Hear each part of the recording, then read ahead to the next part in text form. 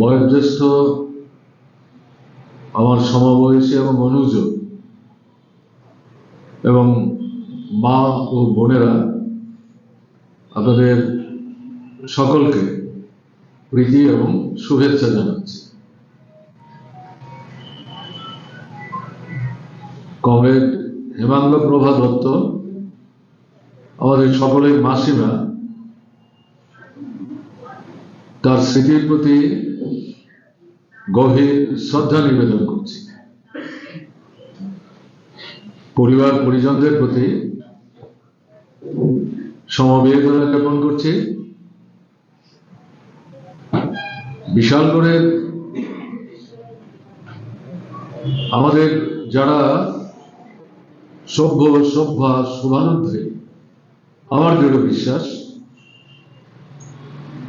হেমাঙ্গ প্রভা দত্তের প্রয়াণে যদিও 107 বছর তিনি বেঁচে ছিলেন, এটা অস্বাভাবিক, কিন্তু তারপরেও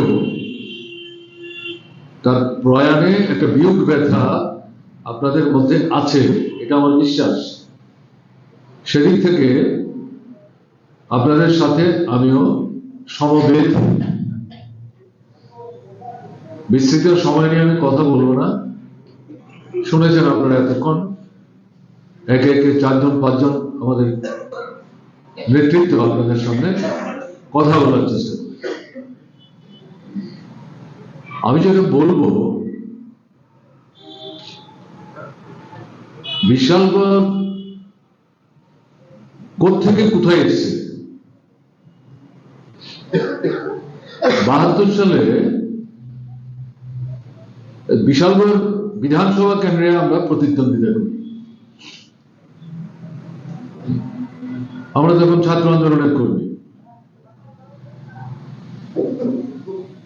প্রার্থী খোঁজা হচ্ছে।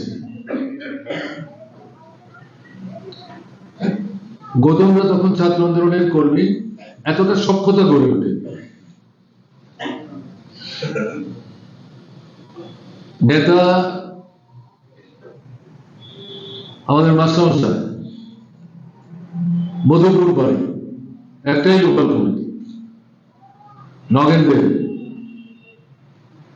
বিশালগড় বাজারে কোনো পার্টি লিস্ট নেই, কোনো না কোনো কমিটির বাড়িতে কাগজপত্র থাকতো, আর নগেন্দ্র ব্যাগের মধ্যেই সব থাকতো। তখন এটাই দস্তুর ছিল। ত্রিপুরার কটা জায়গায় পার্টি লিস্ট ছিল, আলমারি, টেবিল, চেয়ার কোথায় ছিল? তো যাই হোক, সেই সময় সবাই মিলে আমাদের একজন মোটর শ্রমিক নেতাকে, আমি তো তাকে নেতাই বলবো, সেই সময় তিনি জিপ গাড়ির চালক ছিলেন, তাকে প্রার্থী করা হয়। অনেকের মধ্যে প্রশ্ন ছিল, এই ভদ্রলোককে, তাকে কোনো প্রার্থী করা হলো, আর কি কোনো প্রার্থী পাওয়া যায়নি? তার মানে শুরুতেই মনে হচ্ছে আমরা যেন একটা পরাজয়ের অঘোষিত স্বীকৃতি দিয়ে দিচ্ছি, এরকম কথাবার্তা আমি যা শুনেছি। তখন আমি পার্টির খুব উচ্চস্তরীয় কমিটির মধ্যে কাজ করছি, ঘটনা না। কিন্তু নির্বাচনের গোটা যে প্রক্রিয়ার সাথে আমি যুক্ত, বিশাল বড় হয়েছি। সেই সময়ে প্রতিদ্বন্দ্বী প্রার্থী ছিলেন সমীর রঞ্জন বর্মন। তিনি পরবর্তী সময়ে যতটা ডাকসাকে নেতা হয়েছিলেন। ডাকসাকে মানে কি, তিনি তো আসলে অত্যাচারী। তখনকার মানুষের মধ্যে তার যে পরিচিতি, আমি তখনকার কথা বলছি, এখনকার অবস্থার সঙ্গে তাকে মিলিয়ে দেখা ঠিক হবে না, এটাই হয়। কিন্তু 72-এর এই নির্বাচনে আমাদের এই প্রার্থী 500-রও কম ভোটের ব্যবধানে পরাস্ত হয়। সম্ভবত 243 বা 300 এরকম কিছু ভোট, 143। অসাধারণ ঘটনা। সারা ত্রিপুরা চমকে গেছে। আরে, এবং যিনি তাকে পরাস্ত করে জিতলেন, তিনি ভীষণ অসন্তুষ্ট, অখুশি। এটা গাড়ির ড্রাইভার, এভাবেই বলতে অভ্যস্ত তিনি। গাড়ির ড্রাইভার, তার সঙ্গে আমি জিতলাম মাত্র 200 ভোটের ব্যবধানে। এই অবস্থায় ছিল বিশালগড়।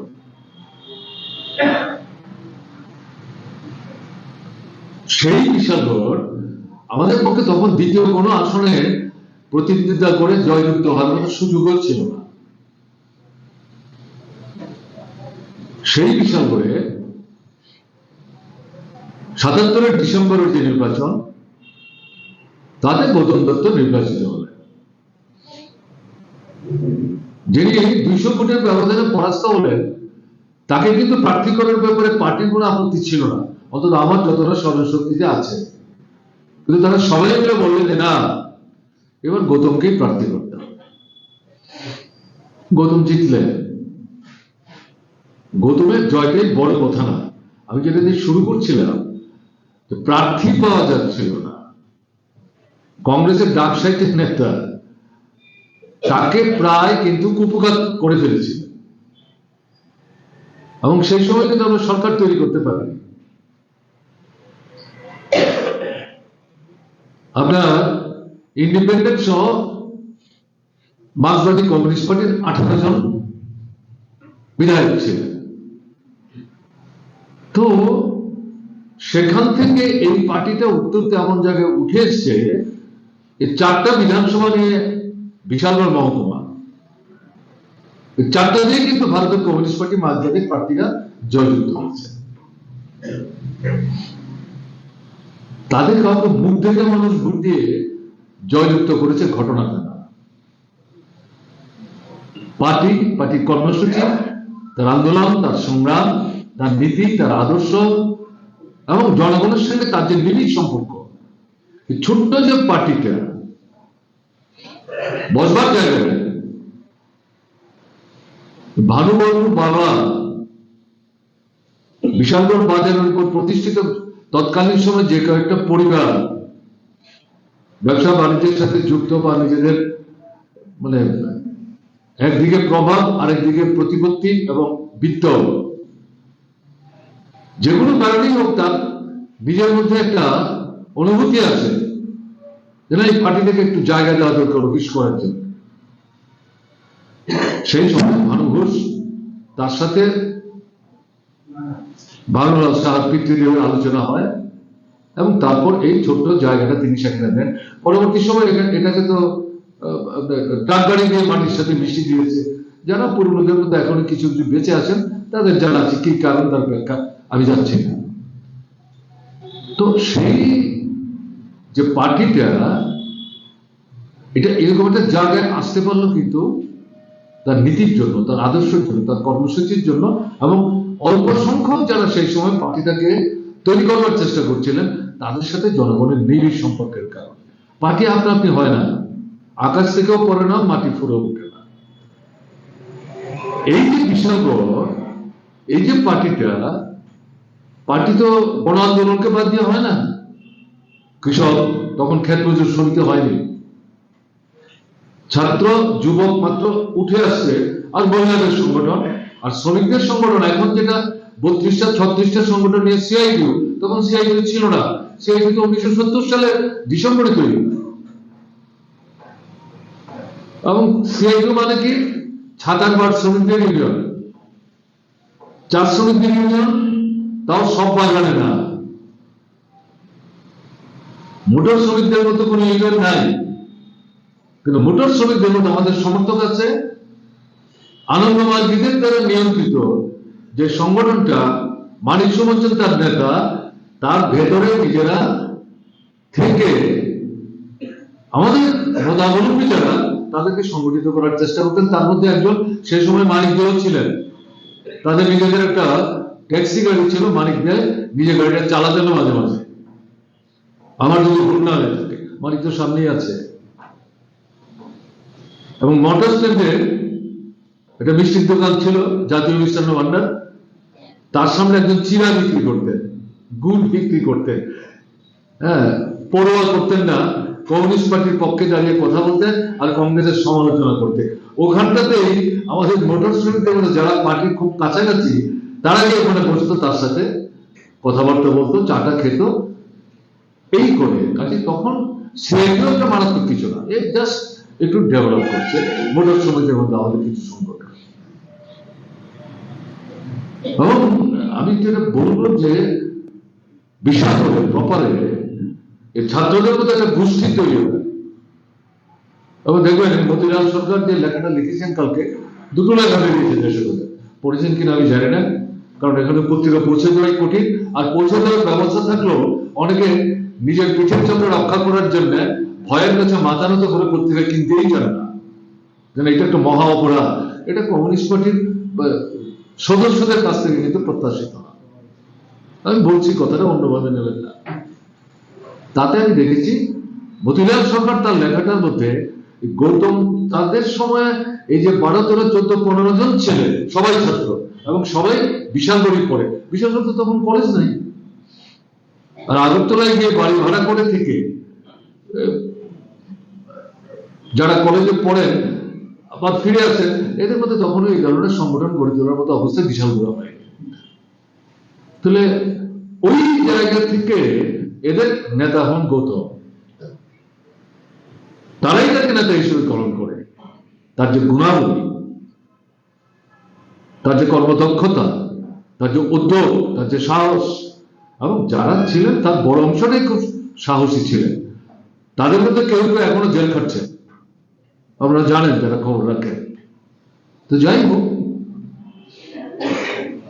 আমার নিজের যেটা মনে হয়েছে, আমি মোহন করার অভিজ্ঞতার কথা বলতে চাইছি না, সেটা আমি প্রাক্তন লেখার মধ্যে দেখেছি, আজকেও সে বলবার চেষ্টা করেছে। কিন্তু গৌতম দত্তের এই যে ভূমিকা, এটা তার মাকে প্রভাবিত করেছে।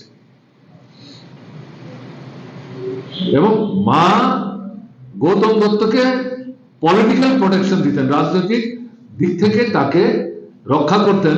আপনারা শুনেছেন গৌতমের বাবা একজন গ্রামীণ ডাক্তার ছিলেন, চা বাগানে চাকরি করতেন। তিনি রাজনীতির সঙ্গে নিজে খুব একটা যুক্ত ছিলেন না, বা বাড়ির মধ্যে এরকম একটা আবহ তৈরি হোক, অন্যরা কাজকর্ম করুক, তখন তো এরকম কাজকর্ম করার পরিবেশ কোথায়, পার্টিটা কত বড়, এগুলি খুব একটা মানে নিজেও যুক্ত ছিলেন না, এবং কাউকে উৎসাহিত করার জন্য তার দিক থেকে আলাদা কোনো ভূমিকাও ছিল না। বরং হয়তো আলাপ আলোচনার মাধ্যমে এগুলি থেকে দূরে থাকাই ভালো, বলে থাকতে পারেন, আমি জানি না। সেই সময়ে মা এবং ছেলের যুগলবন্দি, ছেলেকে দেখে মা প্রভাবিত হচ্ছেন। আবার মা, অনেকেই বলবার চেষ্টা করছেন, গৌতমের হাতে ধরে ধরে ঘুরে ঘুরে নারী সমিতির মেম্বার করেছেন, ইউনিট পর্যন্ত মিটিং এ যেতেন। যাবেনি তো, তখন তো এইভাবেই করতে হবে সংগঠন। এবং মহিলাদের সংগঠন তখন কোথায়, উপজাতিদের মধ্যে আর মুসলিমদের মধ্যে, এমনকি তফসিলি অংশের মধ্যেও না। আর ওবিসি তো আমরা প্রথম শিখেছি এই ওবিসি নামটা, কারণ না মূলত এই দুটো জায়গাতে কাজকর্ম করতে। ঠিক আছে, ওই অবস্থার মধ্যে দিয়ে কিন্তু এখানকার পার্টিটা আস্তে আস্তে বিস্তার লাভ করতে শুরু করে। এবং যে জানালিয়া যে স্কুলটা, যে স্কুলে গৌতমরা পড়াশোনা করেছে, তখন কিন্তু এই অফিসিয়াল স্কুলগুলো তখনও হয়নি। মতিবাবু তখন এই স্কুলে মাস্টারমশাই ছিলেন। গৌতমদের বাড়ি পাশে মতিবাবুর বাড়ি, মতিবাবুর বাড়ি গেলে গৌতমদের বাড়ি যেতাম, গৌতমদের বাড়ি গেলে মতিদের বাড়িতে যেতাম, ফারাক কিছু ছিল না। ভানুলাল শাহ তিনি সরকারি স্কুলের মাস্টারমশাই। তার সাথে আমার প্রথম দেখা ছাত্র ফেডারেশনের মিটিং করতে সাবরুমের শ্রীনগরে গিয়েছিলাম। একেবারে সীমান্ত সংলগ্ন, কোনো বাড়িতে রাখার মতো ব্যবস্থা নাই। ভানুবাবুরা মাস্টারমশাইরা সেখানে নিজেরা একটা মেস করে থাকতেন, সেখানে আমার থাকার ব্যবস্থা, সেখানে খাওয়ার ব্যবস্থা। পরবর্তী সময়ে বুঝতে পারলাম ভানুবাবুরা যখন কাজ করতেন তখন তাদের মধ্যে একজন মাস্টারমশাই তিনি খুব ভালো কমে, কিন্তু তিনি আরএসপি করতেন, এটা প্রকাশ করতেন না, পরে বুঝতে পেরেছি। আমার অভিজ্ঞতা হচ্ছে ওই জায়গায় ভানুবাবুরা কাজ করতেন, একটাই স্কুল, সারাদিনে কালের মধ্যে একটা গাড়ি যেত। এসব মোটর স্ট্যান্ড মানে কি একটা চায়ের দোকান। আমার এখনো মনে আছে, ঘন্টার পর ঘন্টা বসে আছি, তাদের বেস থেকে খেয়ে বেরিয়েছি, পরের দিনে চলে আসবো মিটিং করে। তারপরে একটা সময় বললো একটু চা খান, তারপরে ডিমের অমলেট খেতে বললো। ডিমের অমলেট করতে গিয়ে দেখা যাচ্ছে ডিম ফাটানোর পর তার থেকে বাচ্চা বেরোচ্ছে। আমার এখনো মনে আছে। দ্বিতীয় আরেকটা ডেভেলপমেন্ট করার মতো সুযোগ ছিল। সেই জায়গায় কিন্তু ভানুলাল সাহারা কাজ করছেন, তাদেরকে কেউ প্রভাবিত করেছে মার্কসবাদী কমিউনিস্ট পার্টির জন্য কাজ করার ঘটনাটা না। আর বিশালগড়ের পরিমণ্ডলের মধ্যে এরকম না। সেই সময় এই স্কুলটার মধ্যে কয়েকজন মাস্টারমশাই ছিলেন, সংখ্যায় বড় না, তাদের একটা ভূমিকা আছে, বিশেষ করে মধ্যবিত্ত অংশের মানুষ বিশালগড়ের অনুপজাতিদের মধ্যে তাদের এই ভূমিকা। তারা তখন বেসরকারি শিক্ষক সমিতি করতেন, এটা অস্বীকার করলে ইতিহাসকে অস্বীকার করা হবে। আর সরকারি শিক্ষকদের মধ্যে পার্থর যে বাবা, এই বাড়িটাই কিন্তু প্রথম থেকে এখানে আমি দেখতাম ওনার সাথে ভানু ঘোষের সবচেয়ে বেশি নৈকট্য। ভানুদা বর্ষি গাইতে পছন্দ করতেন, উনিও বর্ষি গাইতেন। এই ভানুদাকে চারা জিনিস দিতেন আর মাছের আধার সংগ্রহ করে দিতেন। এই দুজনে মিলে মাছ ধরতে যেতেন। পার্টিগতভাবে দুজনের মধ্যে ভীষণ ছলা পরামর্শ হতো। এবং আমাকে স্বীকার করতেই হবে, ওই সময়ের মধ্যে বিশালগড়ের এই মধ্যবিত্তদের মধ্যে পার্টিটাকে বিস্তার করার ক্ষেত্রে এই আমাদের পার্থের বাবা তৎকালীন সময়ের যে ভূমিকা অসাধারণ। এবং তিনি সবচেয়ে বেশি মানে আদৃত ছিলেন, গৃহীত ছিলেন মুসলিম অংশের মানুষের মধ্যে। এটা আমার নিজের চোখে দেখা। এবং এই গৌতম দত্তের যে জয়ের পেছনে তার ভূমিকা অসাধারণ। ভানুবাবুদের ভূমিকা তো ছোট করে দেখার প্রশ্ন আসে না। ভানুবাবু তো বাড়ি ছেড়ে দিয়েছে, বলছিলেন না তার যে ঘরটা, এই ঘরে বসে গৌতমদের নিয়ে, নগেনদেরকে নিয়ে, আমি তো সদরের তখন সেক্রেটারি, সদর মানে হচ্ছে বিশ্রামগঞ্জ, চম্পকনগর, জম্পুইজলা আর হচ্ছে সিমনা, এই গোটাটা নিয়ে সদর মহকুমা, সেই মহকুমার সেক্রেটারি দায়িত্বে লোকাল বোর্ডে মিটিং করতে আসতাম। এই ভানুবাবুর বাড়িতে মিটিং হতো, তার ঘরে মিটিং হতো, আমরা ঢুকলে তিনি বেরিয়ে যেতেন। এই ছিল পরিস্থিতি। তাহলে ওখান থেকে আমি যেটা বলছি, কিছুই ছিল না, সেখান থেকে কিন্তু 4টা বিধানসভায় যদি জিততে পারলো। কমিউনিস্টের বিধানসভায় যেটা কিন্তু বাক্স ভেঙে না। আর সেই সময়ে রিগিং যেটা আমরা পরে মানে শুনলাম, এরকম পর্যায়ে রিগিং কিন্তু কংগ্রেস আমলে হয়েছে, ঘটনা তা না। একজন নির্বাচনে, সম্ভবত লোকসভা নির্বাচনে, পরবর্তী সময় কাগজপত্র ঘাটতে গিয়ে দেখেছি যে সেই সময় সচিন্দ্রলাল সিংহ ছিলেন মুখ্যমন্ত্রী, কলেজের একজন প্রিন্সিপাল ছিলেন, তিনি রিটায়ারমেন্টে গেছেন, তিনি দাঁড়িয়েছিলেন, তাকে বোধহয় জয়যুক্ত করার ক্ষেত্রে রিগিং ক্লিং কিছু হয়ে থাকতে পারে, কিন্তু সুনির্দিষ্ট কোনো তথ্য নেই। এই যে পার্টিটা, এই পার্টিটা এই জায়গায় কিন্তু এসছে। আজকে আমি কথা দিয়ে কেন শুরু করলাম, হেমন্ত প্রভা দত্ত নাই 107 বছর বেঁচেছেন। আমার তো ধারণা সম্ভবত 80-85 বছর পর্যন্ত চলে ফিরে কাজ করেছে। ছেলের মৃত্যুর পর, মৃত্যু নয় হত্যাকাণ্ড, তরুণ একটা ছেলে, যে ছেলের হাত ধরে মা ঘর থেকে বেরিয়েছে। এই যে বিশালগড় বাজারের উপর একটা ব্লক, তখন সারা রাজ্যে ব্লক করে, তখন 18-19টা ব্লক, তার মধ্যে একটা হচ্ছে বিশালগড়। মার্কসবাদী কমিউনিস্ট পার্টি ডাক দিয়েছে খাদ্য সংকট থেকে। হ্যাঁ, তখন দুর্ভিক্ষের পরিস্থিতি, আমরা তখন কলেজে পড়ি, পার্টি দেখে আমাদের বললো 1 মাস কলেজে যাওয়া যাবে না, কি করতে হবে, ব্লকে ব্লকে যেতে হবে, গ্রামের লোক আসবেন, ব্লকে ডেপুটেশন হবে, দাবি কি, লঙ্গরখানা খুলতে হবে, অর্থাৎ সরকার থেকে খিচুড়ি রান্না করে দিতে হবে বিনা পয়সা, খয়রাতি সাহায্য। এখন বোধহয় অনেকেই খয়রাতি সমাজের সঙ্গে যুক্ত না, সেই সময় আমরা খয়রাতি সাহায্যের দাবি করতাম। রেশনের জিনিস পাওয়া যায় না, কেরোসিন পাওয়া যায় না, আর পাওয়া গেল লাল কেরোসিন, ছাত্রদের পড়তেও সুবিধা হয়, খুব তাড়াতাড়ি আপনার কাচের মধ্যে আপনার কালি জমে যায়, একটু পরপরই মাকে নিজেমাকে পরিষ্কার করে দিত। তার জন্য ছাত্ররা দাবি করতো সাদা কেরোসিন চাই। ব্লকের ডেপুটেশনে এটা দাবি ছিল না, মূলত খাদ্য খয়রাতি সাহায্য। বিশাল করে এই ব্লকের ডেপুটেশন, প্রথমে আমি ছিলাম না, সম্ভবত সেদিন আমার প্রোগ্রাম ছিল মোহনপুরের ব্লকে, ওটা শেষ করে তখন পার্টি অফিসে আসলাম। পার্টি অফিসে 2তলা, বটতলা ভাড়া করে বাড়ি, পাল যারা অনেকগুলি গাড়ির মালিক ছিলেন, পার্টিকে তারা ভাড়া দিয়েছেন। ওখানে আসার পর শুনলাম বিশাল করে এই ব্লক ডেপুটেশন প্রচন্ড ভাবে আক্রান্ত হয়েছে। এবং তখন তো খবরটা এরকমই ছিল, নগেন্দ্র প্রথম মারাই গেছে। পরে যে তো আমরা দেখলাম তার তো মাথাটা তো ফেটে রক্ত রক্ত বেরোচ্ছে, রক্ত বেরোনোর পর আর রক্ত বেরোচ্ছে না, মাথার থেকে সাদা সাদা বিজলের মতো, এবং এটা বেরোলে পরে মাথা থেকে রোগীটাকে বাঁচিয়ে রাখাই কঠিন। আর বলছিলেন ভালোবাবু যে এই যে জমায়েতটা হয়েছিল হাজার হাজার মানুষ, ঘটনাটা তার মধ্যে বড় অংশের উপজাতি অংশে, তখনও সবাই এসে উঠতে পারেননি। যারা এসেছেন তারা তো আক্রান্ত হয়েছেন, সামনে যারা ছিলেন, আর যারা আসছিলেন তারপর ক্ষেতের উপর দিয়ে লাইনের উপর দিয়ে হেঁটে অধিকাংশ উপজাতি মায়েরা বোনেরা, তাদের উপর আক্রমণ, গায়ের জামা কাপড় পর্যন্ত খুলে নিয়েছে। পরবর্তী সময়ে কংগ্রেস পরিবারের মায়েরা বোনেরা তাদের লজ্জা নিবারণের জন্য নিজেদের ঘর থেকে কাপড় নিয়ে তাদের গায়ে চড়িয়েছে। তখন কংগ্রেস এরকম ছিল, এখন এরকম না। সেই যে প্রোগ্রাম এখান থেকে বোধহয় ফিরে যায়, আমার মনে হয় 9:30 থেকে 10টায় শেষ পর্যন্ত দাবি আদায় হয়, যে এগুলো আমরা দেখবো, রিভিউ বলেছেন। আর তখন প্রশ্ন সারাদিন না খেয়ে গেলে এখন কি খাবে তারা, বাড়িতে গিয়ে কোথায় রান্না পাবে? তখন তারা সিদ্ধান্ত করে চিড়া এবং গুড় দেবে। বিশাল বড় বাজারে চিড়া গুড়ি কিনতে পাওয়া যাচ্ছে না, আগরতলা থেকে এনে চিড়া গুড় বন্টন করে তারপর ফিরতে হয়েছে। এবং মাকে নিয়ে গৌতম সবাই যখন ফিরে গেছে অন্যান্য নেতাদের সাথে, তারপরে মাকে নিয়ে গৌতমে ফিরে যান। আমি তখন ভেবেছি সেখানে আমরাও সেখান থেকে ফিরে যাই। এগুলো তো ছোট্ট পার্টিটাই করেছে, ত্রিপুরার পার্টিটা কত বলছে, কুমিল্লা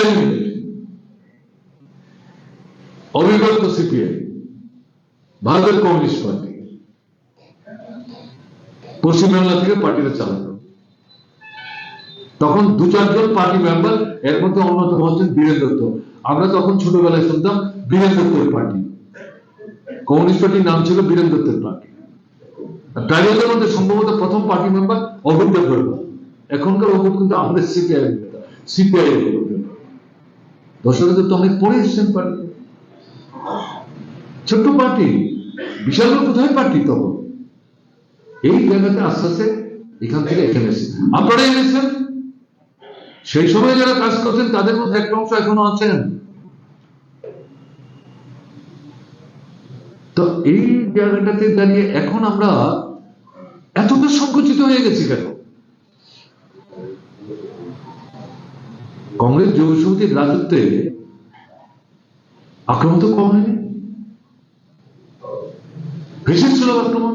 আমরা এটাকে বলছি আধা বিশেষ সন্ত্রাস। পঞ্চায়েতের ভোটই করলো না, নগরের ভোট করলো না, ছাত্র সংসদ বন্ধ করে দিল, কোঅপারেটিভ নির্বাচন বন্ধ, সব পছন্দের মনোনীত প্রার্থী তাদের দিয়ে চালাচ্ছে, মানে লুটের রাজত্ব চলছে। রাস্তা থেকে এই তুলে নিয়ে বাড়িতে লেট্রিন তৈরি করছে কংগ্রেস নেতারা। এটা ঘটনা। মিটিং মিছিল নির্বিঘ্নে করা কঠিন, তার মধ্যে আইন অমান্য হয়েছে, শত শত হাজার হাজার মানুষ অংশগ্রহণ করেছেন। সর্বভারতীয় বন্ধের কলের পাশাপাশি ত্রিপুরা নিজের চালিত বন্ধের আহ্বান করেছে। বন্ধের পিকেটিং করতে বেরিয়ে শত শত লোক আগরতলায় গ্রেপ্তার হয়েছে, সারাদিন তাদের আটকে রেখেছে। গ্রেপ্তার করে নিয়ে যাওয়ার সময় কংগ্রেসের দুর্বৃত্তরা সেই গাড়ির উপর আক্রমণ করেছে, শহরের মধ্যে মাথা ফেটেছে ট্রাক গাড়িতে যারা করে যাচ্ছিলেন শহর থেকে। কিন্তু দাঁড়িয়ে যাচ্ছেন তো একটা জায়গায়, নিজেকে তো ঘরের মধ্যে আটকে রাখেননি, ঝান্ডা তো নামিয়ে ফেলেননি, পার্টি অফিসে যাওয়া তো বন্ধ করেননি।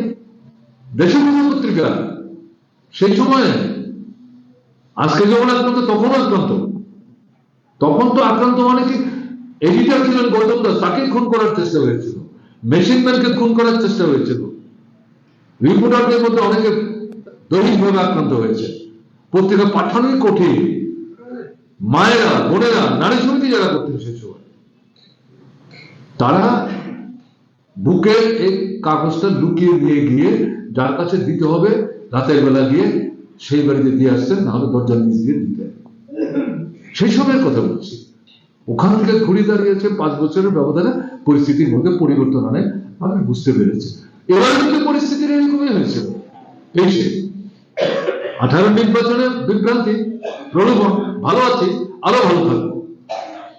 দিল্লিতে সরকার, রাজ্যের সরকার একই সরকার, তারা বলছেন যে দাবিগুলো নিয়ে আমরা লড়াই করছি। বামপন্থী সরকার বলছে এগুলো আমরা দিতে চাই, কিন্তু কেন্দ্রের সরকার সাহায্য করছে না। এগুলো আর শুনতে হবে না, আমাদের যদি ভোট দিয়ে জিতাতে পারে, কেন্দ্রে তো আমরা আছি, ত্রিপুরা দিতে আমরা আছি, এই দুটো মিলে ডাবল ইঞ্জিন সব পেয়ে যাবে। মানুষের তো দোষ না। এগুলোকে ফাঁকা বলি, অসত্য কথা, বিভ্রান্তি, বিপদগামী করা, যে কোনো ভাবে ক্ষমতা দখল করা, এ তো সচেতন যারা তারা বুঝতে পেরেছে। না হলে আমরা 44 ভাগ ভোট সেই সময় পেলাম কি করে, 45 ভাগ ভোট পেলাম কি করে? কংগ্রেস তাদের সমর্থন করেছে। এর আগের নির্বাচনে কংগ্রেস 44 ভোট পেয়েছিল, এই নির্বাচনে 18 নির্বাচন 2 ভাগের নিচে, সব ভোট বিজেপিকে দিয়েছে। সিপিআইএম কে কোনো মতে সহ্য করতে পারছে না। এই সবটা মিলিয়ে বিজেপি 5 ভাগ থেকে 51 ভাগ ভোট পেল, কিন্তু 5 বছরের মধ্যে মানুষ বুঝতে পারলেন। দেশের নির্বাচনে 39 ভোট পেল, আসন কমে গেল 10টা 11টা। কেমন না? তা এই জায়গায় দাঁড়িয়ে 23-এর নির্বাচনের পর এই যে বিষয়টা, এটা আমাদের মনের মধ্যে কোন রকম বিশ্বাসের ভিত তৈরি করছে না। বিশ্বাসের ভিত যদি তৈরি হয়, তাহলে তার থেকে তো সাহস সঞ্চারিত হওয়ার কথা। তারপরে কেন আমাদের মধ্যে এই ধরনের জড়তা থাকবে? আমি এই কারণে কথাগুলি বলবার চেষ্টা করছি। এই কারণে বিশাল করে একটা লড়াকু জায়গা, লড়াকু জায়গা। শিক্ষিত, অর্ধশিক্ষিত, লেখাপড়া করতে পারেননি দারিদ্র্যের কারণে, হিন্দু, মুসলমান, বৌদ্ধ, খ্রিস্টান, উপজাতি, অনুপজাতি, এমনকি বিশালগড় বাজারের ব্যবসায়ীদের, ছোট মাঝারি ব্যবসায়ী যারা, বরঞ্চ এই লাল ঝান্ডাকে তারা সমর্থন করতে এখনো বলে, প্রকাশ্যত বলতে পারেন। কিন্তু আমরা যেটা লক্ষ্য করছি, আমাদের যারা বিভিন্ন কমিটির মেম্বার, আমরা বিভাগ কমিটির মেম্বার, লোকাল কমিটির মেম্বার, বিভিন্ন গণ সংগঠনের নেতৃত্বে আমরা আছি, পুরনো পার্টির মেম্বার, এলাকার মানুষের মধ্যে তার স্বীকৃতি আছে, কিন্তু আমরা সব জায়গায় সমানভাবে ভূমিকা নিতে পারছি না। এই জায়গা থেকে তো বেরোতে, যদি বেরোতে না পারি, তাহলে মানে হেমাঙ্গ প্রভা দত্তের স্মরণ সভায় দাঁড়িয়ে শুধু ফুল দিলাম আর 1 মিনিট দাঁড়িয়ে নীরবতা পালন করলাম, তার শব্দ নিয়ে আলোচনা করলাম, এতেই শেষ হয়ে যাবে। এটা তো যথার্থ শ্রদ্ধা হবে না। তাকে, তার প্রতি যদি প্রকৃতই আমরা শ্রদ্ধা দেখাতে চাই, তাহলে দাঁড়াতে হবে নিজের পায়ে। আসলেন তো আজকে আপনারা 4 বারের চেষ্টায় মিটিং করলেন আপনারা, তারপরে মিছিল করতে না করল, কত ভয়। আসলে ওরা ভীত, ওরা সন্ত্রস্ত। এখন যে আপনাদের এই এলাকার 4টা থেকে তারা তীব্র একটা, আপনার এই বর্ণচোরা বিজেপির সাগরে তীব্রমথা চলিলাম, সেটা তো সব মানুষ ভোট দিতে পারে। বিশালগড়ে তো নাই, কমলাসাগরে না, পাশের ডিস্ট্রিক্টে না। রিগিং কে খোলামেলা হবে, কেন আসছেন ভোট দিতে? আমরাই তো আছি, কে বলেছে আসছে? এর মধ্যে যারা রুখে দাঁড়াবার চেষ্টা করছে তারা আক্রান্ত হয়েছে।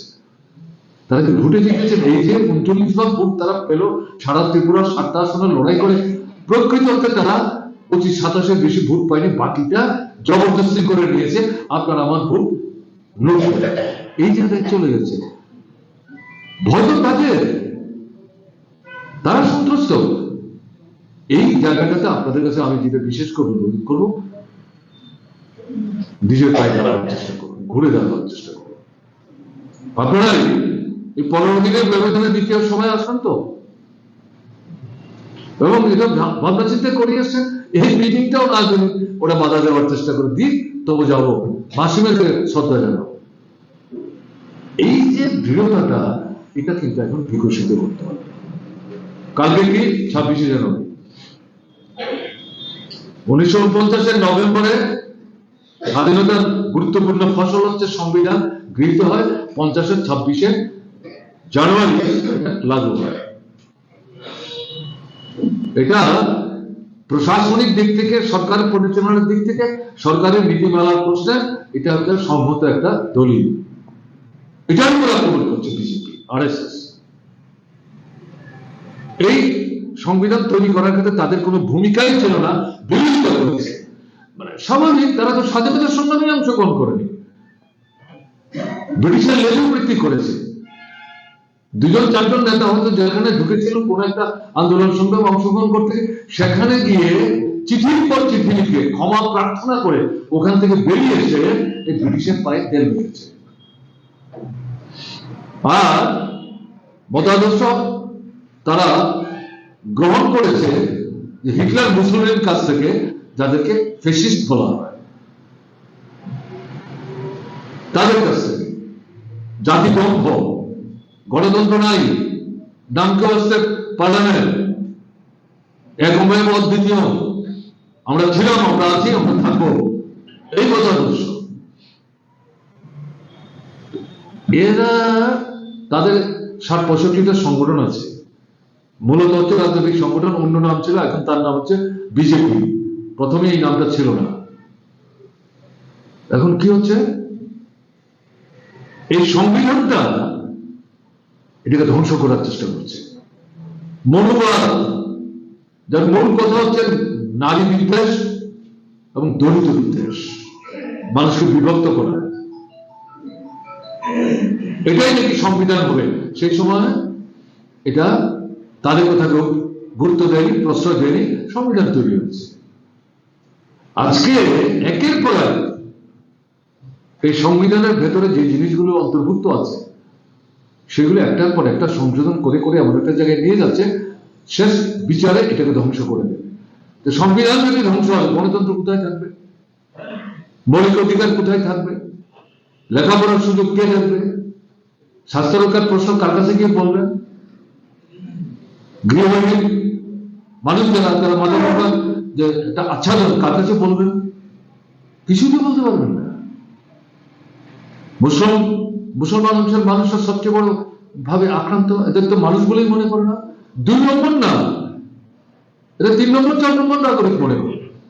সঙ্গে খ্রিস্টান, বুদ্ধিস্টরা এখন আক্রমণ করছে না, কিন্তু এটার বিস্তার ঘটুক এটাও তারা চায়, তথাকথিত হিন্দু রাষ্ট্র।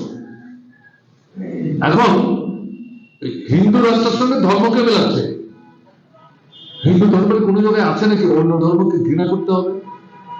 বিবেকানন্দ বলেছে এই সমস্ত কথা। আমি দেখলাম পার্থ এই বিবেকানন্দের বক্তব্য এখানে তুলবার চেষ্টা করেছে। বিবেকানন্দ যার শিষ্যত্ব গ্রহণ করেছেন, রামকৃষ্ণ,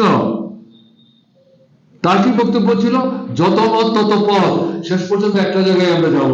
যত নদী থাকুক, সপ্ত সমুদ্রে যাচ্ছে, তুমি তোমার মত নিয়ে চলো, সে তার মত নিয়ে চলো, আলটিমেটলি কি মানুষের জন্য কিছু করতে চাও, শেষ পর্যন্ত একটা জায়গায় যেত। তিনি তার সমাজতন্ত্রের কথা বলে যাননি। কিন্তু বিজেপি এখন কি কাণ্ডটা করছে, এই রাম জন্মভূমি নামে কি করেছেন তারা দেখেছেন, বেআইনি কাজ। ওরা বিচার ব্যবস্থাকে বদল দেওয়া করে ফেলেছে, নির্বাচন কমিশনকে যেমন বদল দেওয়া করেছে, বিচার ব্যবস্থাকে প্রায় বদল দেওয়া করেছে। না হলে এখানে মানে এই মন্দির করা যায় না। এবং দেখেছেন দেশের প্রধানমন্ত্রী সংবিধানকে ছুঁড়ে ফেলে তিনি ওখানে প্রাণ প্রতিষ্ঠায় গেছেন, থাকলোটা কি? এবং তিনি সেখানে কাকে ধন্যবাদ জানিয়েছেন সবার আগে? এই আপনার সুপ্রিম কোর্টকে ধন্যবাদ জানিয়েছেন।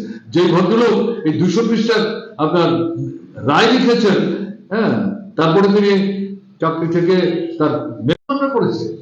হিন্দু, মুসলমান, বৌদ্ধ, খ্রিস্টান, দল মত নির্বিশেষে, শিখ, সবই নিয়ে আমরা করেছি। কি পাকিস্তান ভাইকে যখন বাংলাদেশ হলো, তখনও তো কেউ না কেউ যেতে পারতেন, জানেন তো কেন যাবে? এই দেশের মাটি, তার আবহাওয়া, তার সঙ্গে তাদের সমস্ত মানে সম্পৃক্ত হয়ে যাওয়া, ঐতিহ্যের অধিকারী এরকম ভাবে আক্রমণ করে আমাদের দেশটাকে ছত্রখান করে দেওয়ার চেষ্টা করছে। মূল লক্ষ্য হচ্ছে আপনার শোষণের রাজত্বটা বজায় রাখা।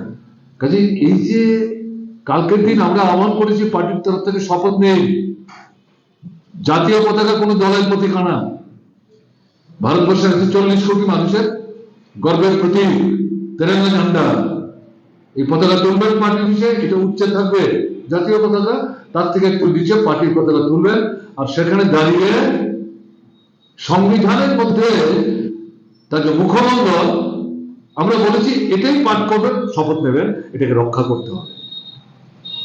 এটাকে রক্ষা করতে না পারলে আমার আপনার গণতান্ত্রিক অধিকার রক্ষা হবে না। এটা যদি রক্ষা না হয়, এটা কাজ বলুন, খাদ্য বলুন, চাকরি বলুন, শিক্ষা বলুন, স্বাস্থ্য বলুন, প্রমোশন বলুন, যাই বলুন, কিছু রক্ষা করতে পারবেন না। ফলে বেঁচে পড়তে থাকার জ্বলন্ত দাবির সঙ্গে গণতন্ত্র এবং তার সাথে যুক্ত হচ্ছে সংবিধান, ওতপ্রোতভাবে যুক্ত। তার জন্য আমরা বলেছি কালকে শপথ নিতে হবে, এটা আনুষ্ঠানিক ব্যাপার। তাই আমি আপনাদের কাছে যেটা বলবো, এখন পেছনে ফিরে তাকে সময় নষ্ট করার সুযোগ নাই। আমি তো লক্ষ্য করছি এখানে নানা অংশের কমরেড আছে, বয়স্ক আছে, মাঝারি বয়স আছে, যুব অংশ আছে, মা বোনেরা আছে। আপনারা সবাই মিলে চেষ্টা করুন, মানুষের সঙ্গে কথা বলতে হবে, ভয় পেলে চলবে না। আপনি নেতৃত্ব করলে পরে আক্রমণ তো আসবে, নাহলে গৌতমদের তো খুন হলো কেন, কমরেড ভালো সব বলবার চেষ্টা করেছেন। ট্রাইবাল নন ট্রাইবালের মধ্যে বিরোধ, দাঙ্গা বাঁধিয়ে যেটা তারা গভীরতর করার চেষ্টা করেছে, তার থেকে অবস্থানের পরিবর্তনের জন্য গৌতম দত্ত গুরুত্বপূর্ণ ভূমিকা নিয়েছেন। এবং সবচেয়ে বড় কাজের জায়গা ছিল তার চরিলাম সহ্য করতে পারছিল না।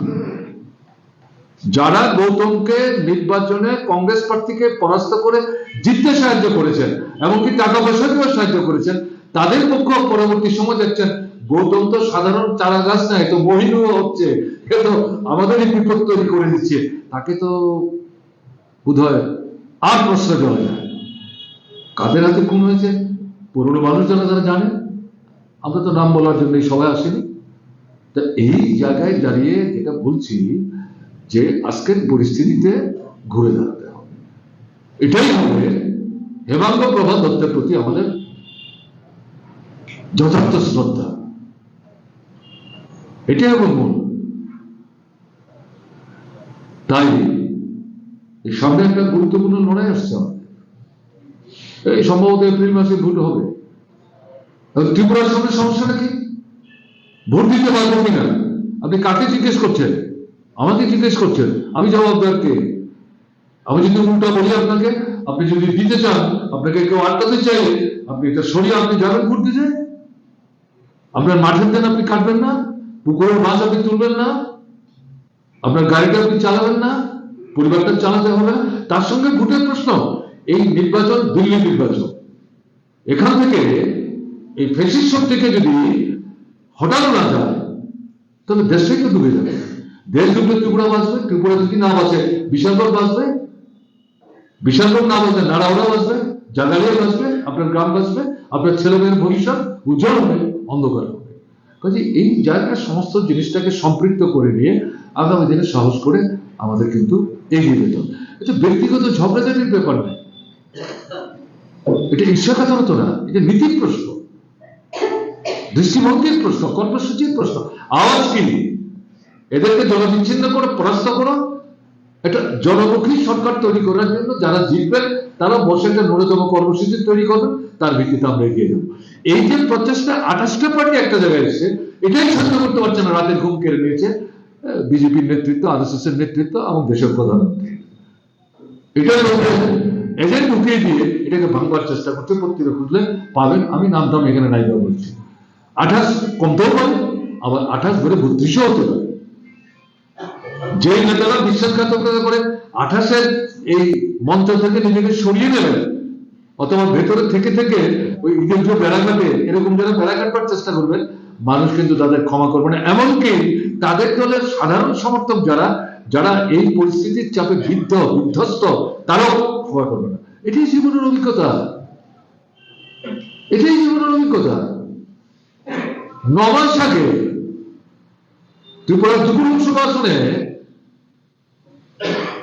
সিপিআইএম পরাস্ত, নৃপেন চক্রবর্তীর জামানত বাজেয়াপ্ত হওয়ার অবস্থা। 9 মাসের ব্যবধানে দুটো সরকার হলো, সিএপি সিপিআইএম 3 ভাগ ভাঙলো, জনতা সিপিআইএম, সিপি থেকে বেরিয়ে একটা অংশ জনতা হলো, তারা এসে সিপিএম কে ধরলো, সিপিআইএম জনতার সরকার হলো। হলো না, চললো না, কারণ সরকার তৈরির সময় একটা কথা বলে, বসতে বলে উল্টো কথা বলে। সিপিআইএম এটা করতে পারে না। শেষ পর্যন্ত এখান থেকে সমর্থন প্রত্যাহার করে বলা হলো বিধানসভা ভাঙো, এটা লুটের এলাকায় পরিণত করতে চাইছে, নতুন করে নির্বাচনে যাও, রাষ্ট্রপতি শাসন হলো, ভোট হলো। আপনারা পূর্বে যারা তারা কেউ বিশ্বাস করতে পেরেছে, আমিও তো বিশ্বাস করতে পারি। উমাকান্ত স্কুলে আমি ভোট গুনছিলাম, তখন মোহনলাল রায়, অপরাজিতা রায়ের স্বামী, তিনি কংগ্রেস নেতা ছিলেন, ভদ্র মানুষ, খুব ভদ্র মানুষ। সেই ভদ্রলোক এসে আমাকে জিজ্ঞেস করছেন, আচ্ছা এই ভদ্রলোককে প্রণব রায়ের কথা বলছি আমি, তিনি এগ্রিকালচার মানে যন্ত্রপাতি বিক্রি করতেন প্যারাডাইস জোন, পশ্চিমবাংলা থেকে বিতাড়িত হয়ে আসছেন, এখানে এসে আমাদের আন্দোলনের সঙ্গে যুক্ত হয়েছেন, পার্টি মেম্বারশিপ পেয়েছেন, কাজকর্ম করছেন। আমি কি হয়েছে, কি ব্যাপার? বলে সে বলছে মনসুর আলী সাহেব নাকি হেরে গেছে বক্সনগর। অবিশ্বাস্য কথা বলছে, আমিও বিশ্বাস করতে পারি। বলে তাই নাকি? ঠিক আছে, আমি দেখছি, কথা বলতে ঠিক আমাদেরই লোক। আমি গিয়ে মাঠে গিয়ে প্রণবকে ডাকলাম, প্রণব তুমি নাকি বলেছো মনসুর আলী সাহেব হেরে গেছে? বলে হ্যাঁ। তুমি কি জানো মনসুর আলী সাহেবকে? বলে কংগ্রেসের বড় নেতা। তো তুমি কার কাছ থেকে শুনেছো? ভানুদার কাছ থেকে। কি করে শুনলো? তখন তো মুঠিফোন নাই। উমাকান্ত স্কুল হেডমাস্টারের রুমে একটা আপনার লাইন ফোন, তার পাশে একটা ক্যান্টিন, ওখানে মাস্টারমশাই যারা সেই সময় কমিউনিস্ট বামপন্থীদের প্রতি একটু আকৃষ্ট, কেমন না, তারা ওখানে এসে বসে বসে চাটা খাচ্ছেন আর খবর নিচ্ছেন। তাদের মাধ্যমে গিয়ে প্রণব বারবার এখানকার ঘটনা হিসেবে পার্টি হিসেবে পাঠাচ্ছে, আর পার্টি হিসেবে ভানুদা বা অন্যদের কাছ থেকে ত্রিপুরার কোথায় গিয়ে হচ্ছে খবর নিচ্ছে। বলছে ভানুদা বলছে আমি, তুমি আবার দেখো তো, ঠিকঠাক করে কথা বলো। তো 10-15 মিনিট পরে সে এসে বলছে ঠিকই তো, মনসুর আলী সাহেব তো হেরেছেন। আমি বললাম আমাদের যে প্রার্থী যিনি জিতছেন তার নাম কি? বলে এটা তো বলতে পারবো না। আমি তখন জানি না। পরবর্তী সময় দেখলাম মাস্টারদা, তার সঙ্গে আমার দেখা জরুরি অবস্থার সময়ে মির্জাতে, তখন ঈদের ওই যে না খেয়ে যে ঈদ করেন, সন্ধ্যার দিকে মানে ভাগেন, একবার খান, আবার সকালবেলা সুট 2টার আগে খান, সারাদিন না খেয়ে থাকেন। এই সোনামরা থেকে হেঁটে গেছেন মিটিং করার জন্য মির্জা। সেই সময় তাকে আমি দেখেছি। বাড়ি হচ্ছে আপনার কোলমনি। তার কাছে মানে ডাকসাইকে কংগ্রেস নেতা পরাস্ত হয়ে গেছে। ভাবুন তো, আমি কেন কথাগুলি বলছি, গল্প নাকি? 9 মাস আগে পার্টির 1 নম্বর নেতা তার জামানত চলে যাচ্ছে, 2 নম্বর নেতা পরাস্ত হয়েছেন রাজার কাছে, দশরথের কথা বলছি। 2 নম্বর কি? তারা তো সমসাময়িক, কেমন না? কাজে 1 নম্বর 2 নম্বর 3 নম্বর বলার কোনো সার্থকতা নেই। তারাই 9 মাসের মাথায় ত্রিপুরা বামফ্রন্ট সরকার তৈরি করেন। সেই দীপেন চক্রবর্তী মুখ্যমন্ত্রী হন, দশরথ দেব সেখানে শিক্ষামন্ত্রী হন, পরবর্তী সময় উপমুখ্যমন্ত্রী। এগুলো তো মানে ঐতিহাসিক ভিত্তি। তো মানুষের কখন পরিবর্তন ঘটছে বাড়ি থেকে সবসময় বোঝা যায়। নদীর পাড় দিয়ে হাঁটলে উপরটা দেখলে মনে হবে এটাতে কোনো নাই, স্রোত নাই। আপনি যখন মনে হেঁটেই চলে যাবো ওই পাড়, নৌকা যখন আসছেন দরকারটা কি, নামলে পরে দেখবেন দাঁড়াতে পারছেন, প্রচন্ড স্রোত। মানুষের মনটা এরকম। এই কারণে যেটা বলছি, যোগাযোগ বাড়ান, সাহস করুন। কিন্তু আমাদের পার্টিতে উচ্ছৃঙ্খলতা, নীতি নৈতিকতা বর্জিত, চারিত্রিক দুর্বলতা যারা ভুগে, তাদের কোনো স্থান নাই। বের করে দিয়েছি তো। এই বিষয় করেই তো গত 6-7 মাসের মধ্যে এরকম 1, 2, 3 জনকে বের করে দিতে হয়েছে। নতুন তাদের হাতে আমরা দায়িত্ব দিয়েছি। অভিজ্ঞতা কম, ডাজন্ট ম্যাটার, ভয় পেও না। তো গৌতম যখন নেতা হন তখন তার কি অভিজ্ঞতা, তার মায়ের কি অভিজ্ঞতা, তাদের কাছে তো গৌতমের দৃষ্টান্ত উপস্থিত করার দরকার। বিশ্বাস, আস্থা স্থাপন করতে হবে। যারা আমাদের বিশ্বাসের ঘরে তারা মানে আগুন লাগায়, তাদেরকে কেন আমরা বিশ্বাস করবো? এটা তো পার্টির নেতাদের প্রশ্ন, জনগণের প্রতি। সিপিআইএম এর সঙ্গে বিশ্বাসঘাতকতা মানে জনগণের প্রতি বিশ্বাসঘাতকতা, ওই সুযোগটা কিন্তু নাই। কাজে সেদিক থেকে আপনাদের কাছে যেটা বলে আমি কথা শেষ করব, আজকের এই স্মরণ সভা থেকে নতুন করে শপথ নেই। কাজ খাদ্যের দাবি, বেঁচে থাকার দাবি, গণতন্ত্রের দাবি, সংবিধান রক্ষার দাবি, দুটোকে একসাথে করে এপ্রিল মাসের মাঝামাঝি সময় থেকে যে নির্বাচন হবে, এটা আমাদের মানে আমাদের যে বেঁচে পড়তে থাকার যে সংগ্রাম তার থেকে আলাদা না। হ্যাঁ, এই সংগ্রামটা হচ্ছে আমাদের রাজনৈতিক সংগ্রামের একটা উচ্চতর পর্যায়ে। এটা আসে, এটা যায়, কখনো জিতি, কখনো আমরা হেরে যাই। হারলে একেবারে ধরাশায়ী হয়ে যাবো, আর জিতলে আনন্দ আহ্লাদিত হয়ে মাটির উপরে না আসবো ধেরেই করে, এই দুটোর কোনোটারই পক্ষে না। পরিস্থিতির যেমন যেমন পরিবর্তন হচ্ছে তার দিকে নজর রেখে সেখান থেকে শিক্ষা নিয়ে কি আমাদের করা দরকার এর ভিত্তিতে কর্মসূচি ঠিক করে এগোতে হবে। আজকের পরিস্থিতিতে এটাই বলছে, এখন সাহস করো, ঘর থেকে বেরো, নতুনদের টানো, জোর করে না, বুঝিয়ে এগিয়ে যাও। সবাই প্রথম আসবে না, নেতাদেরই প্রথম যেতে হবে। যারা নেতৃত্ব করবে তাদের ঝুঁকি বেশি, এই কারণে যে তাদের দেখলে সবাই সালাম করে, নমস্কার করে, খাতির করে এগিয়ে গেলে পরে পেছন থেকে দাদু নাতিকে বলে, দেখেছো এটা কে, এইটার নাম বড় নেতা, কমিউনিস্ট নেতা। নাতি হয়তো কমিউনিস্ট কিছুই জানে না, আমি যেমন জানতাম না ছোটবেলায়। কাজে এই দিক থেকে এই দায়িত্বটা নিতে হবে, তাহলে মাসিমার প্রতি যথার্থ শ্রদ্ধা প্রদর্শন করা হবে। আমি বিশ্বাস করি বিশাল বড় ঘুরে দাঁড়াবে। এটা ঝগড়াঝাটি, মারামারি, দাঙ্গা এগুলির প্রশ্ন নাই। মানুষ একসাথে যান, ঠিক আছে, আপনি 100 জনকে বললেন, 100 জন আসলো না আপনার সঙ্গে মিটিংয়ে বা মিছিলে, 20 জন 25 জন আসলো, বাকিরা বিরোধিতা করলো না। যারা আসলো না তাদের উপর রাগ করবেন, ফিরে যাওয়ার পর দেখবেন অনেকে এসে বলবে আমি যেতে পারিনি, ভুল বুঝবেন না, কিরকম হয়েছে। আবার একটা অংশ ভয় পেয়ে গেছে, যান তার সঙ্গে কথা বলুন, গেলেন না তো, ভালো মিটিং হয়েছে, শুনতে পেতেন তো, আমাদের নেতারা এসেছিলেন, দেশের অবস্থা বুঝিয়ে বলেছে, গেলে আপনারই লাভ হতো, কেন গেলেন না, গাল বন্ধ করবেন না, তাহলে কিন্তু হবে না। এই একটা দৃষ্টিভঙ্গি নিয়ে যেতে হবে। কেমন, আমি মায়েদের মধ্যে বলবো, নারী সমিতিকে শক্তিশালী করুন এবং উপজাতি মায়েদের মধ্যে, বোনদের মধ্যে যান, মুসলিম অংশের মা বোনদের মধ্যে যান, তফসিলি অংশের মা বোনদের মধ্যে যান, ওবিসি অংশের মা বোনদের মধ্যে যান। শুধু